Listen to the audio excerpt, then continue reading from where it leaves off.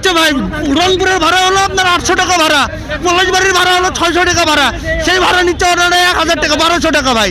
কোন দেশে বসবাস করতেছি ভাই? আমাদের সাধারণ মানুষের কি কোনো দাম নাই নাকি? এটা কি সহ্যের কোনো পর্যায়ে আছে বলেন? মানে শুধু সত্য 300 টাকা 400 হতে পারে। ওনারা যে গাড়ি ভাড়া বাড়াচ্ছে, কেন বাড়াচ্ছে, কিসের জন্য বাড়াচ্ছে? ভাড়া আপনার 100 টাকার জায়গায় ওনারা 300 টাকা বাড়াই দিচ্ছে, এটা কেন করবে? 500 টিকিট 1250, 1300, 1400, 1500। এমন হয়েছে মনে হইতেছে যে এদের কাছে এই যে প্যাসেঞ্জার বেশি, হ্যাঁ তাদের কাছেই যাইতে হচ্ছে, বিকল্প ব্যবস্থা নাই, এই সুযোগটা কাজে লাগাচ্ছে। 1000 টাকা নিচ্ছে ভাই।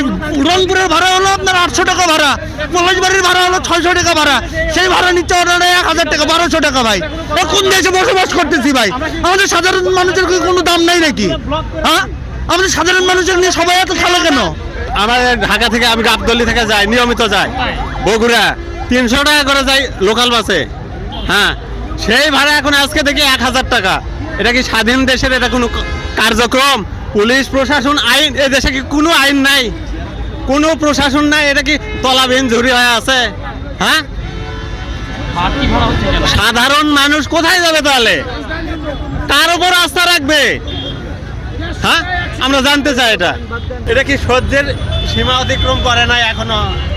হ্যাঁ, এটা কি সহ্যের কোনো পর্যায়ে আছে বলেন? মানে শুধু সত্য 300 টাকা 400 হতে পারে।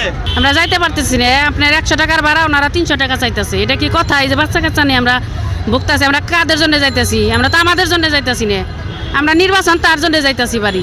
ভোটের কারণে হচ্ছে অনেক উৎসুক জনতা হচ্ছে টিকিট কিনতে আসছে, কিন্তু টিকিট পাচ্ছে না, ঠিকমতো সেল হয়ে যাচ্ছে। প্লাস অনেক টিকিটের দামগুলো হচ্ছে একটু বাড়তি, কয়েকটা জায়গায় বাড়তি পাচ্ছি, টিকিটও পাচ্ছি না ঠিকমতো। আমি এখন কিভাবে গ্রামে যাবো এখন বুঝতে পারছি না। ছুটি আসছে একটা, কিন্তু যেতে পারছি না এখনও ঠিকমতো। রেগুলার ভাড়া হচ্ছে নর্মালি 600, 650 টাকা, এখন 1300, 1400 টাকা পর্যন্ত ভাড়া যাচ্ছে, মানে দ্বিগুণ ভাড়া যাচ্ছে। এরপরও সিট পাওয়া যাচ্ছে না বা গাড়ি পাওয়া যাচ্ছে না।